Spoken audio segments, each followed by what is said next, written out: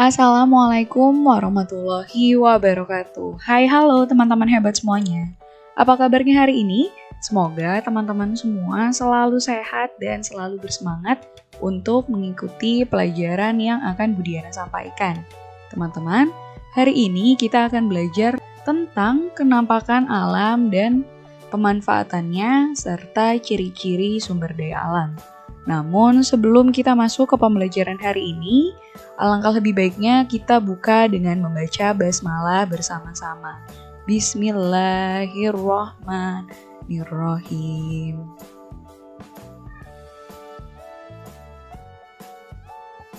Kira-kira teman-teman tahu nggak ya apa yang dimaksud dengan kenampakan alam? Kenampakan alam atau yang biasa disebut juga dengan istilah bentang alam adalah segala sesuatu yang terjadi secara alami yang disebabkan oleh peristiwa alam. Peristiwa alam itu akhirnya membentuk permukaan bumi melalui proses patahan dan juga lipatan.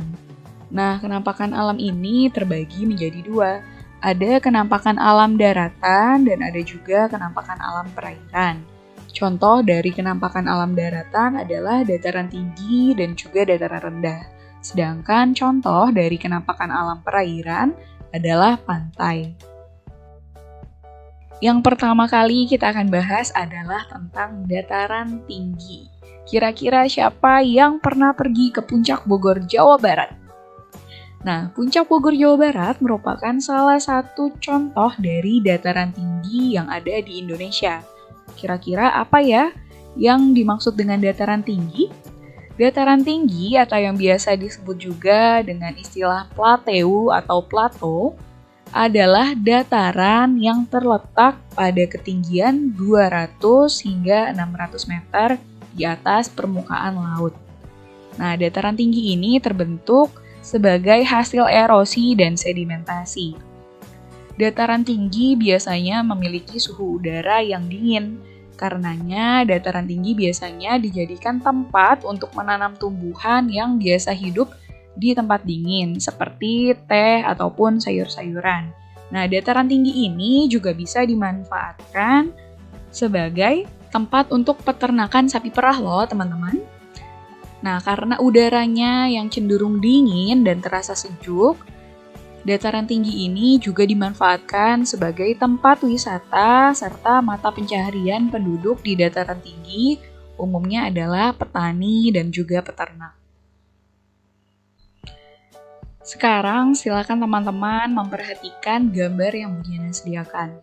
Nah, gambar tersebut merupakan contoh dari dataran tinggi yang ada di Indonesia, tepatnya dataran tinggi Dieng di Jawa Tengah. Selain dataran tinggi Dieng, Indonesia juga memiliki contoh beberapa dataran tinggi lain, yaitu ada dataran tinggi Gayo di Aceh, lalu ada dataran tinggi Muler di Kalimantan Barat, dan juga dataran tinggi Puncak Bogor.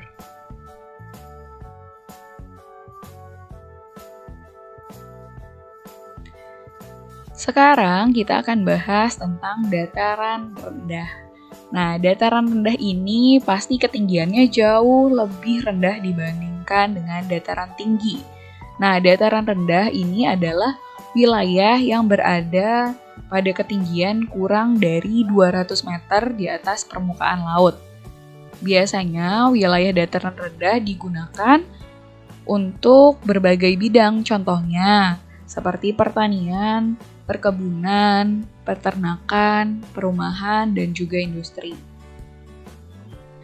Berikut merupakan contoh hasil pertanian di dataran rendah, yaitu ada padi, tebu, karet, dan juga kelapa sawit.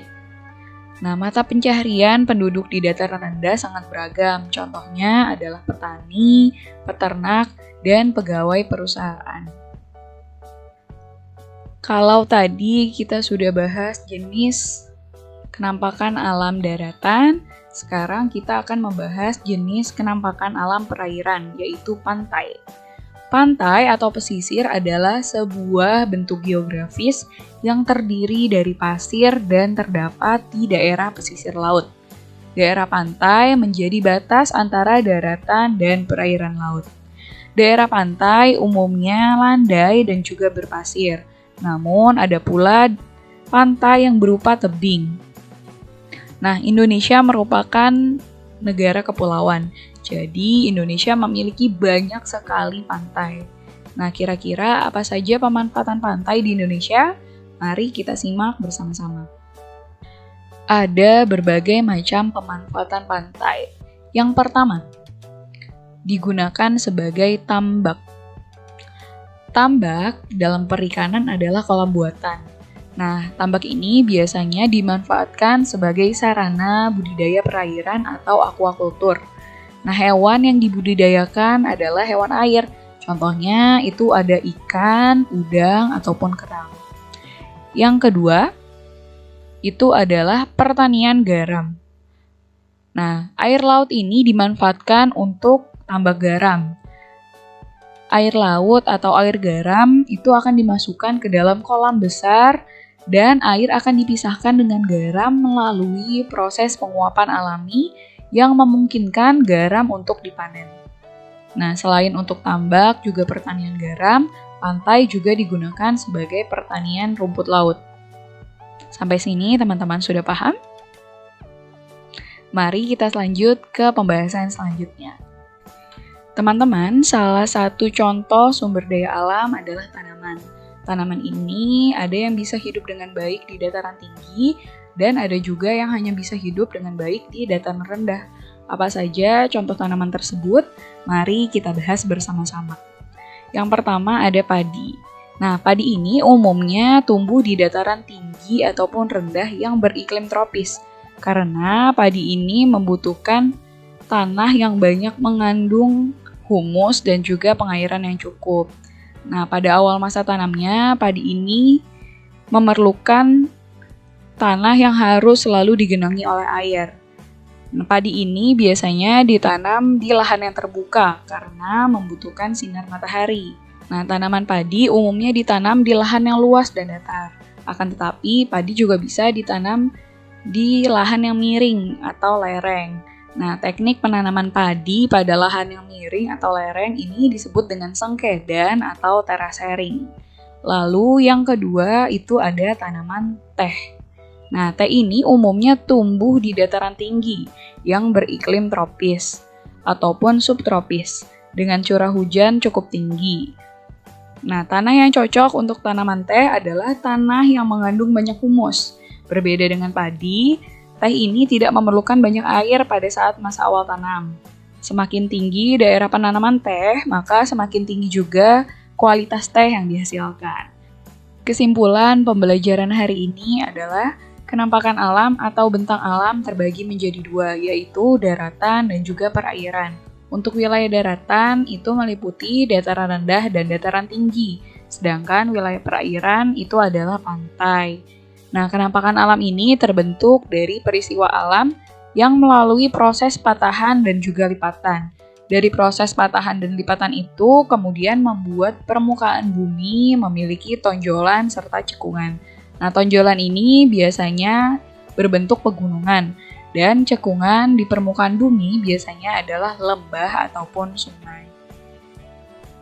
Sebagai tugasnya, teman-teman silahkan kerjakan soal pada buku paket tematik tema 3 halaman 6. Kerjakannya langsung saja di buku paket ya.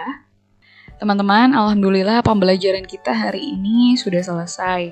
Budiana ucapkan terima kasih kepada teman-teman yang sudah menyimak dengan baik penjelasan yang Budiana berikan. Semoga apa yang kita pelajari hari ini dapat bermanfaat dan teman-teman juga dapat memahami segala penjelasan yang Budiana berikan. Oke, sebelum kita akhiri, kita tutup dengan membaca hamdalah bersama-sama. Alhamdulillahirabbil alamin. Budiana akhiri, wabillahi taufiq wal hidayah. Wassalamualaikum warahmatullahi wabarakatuh.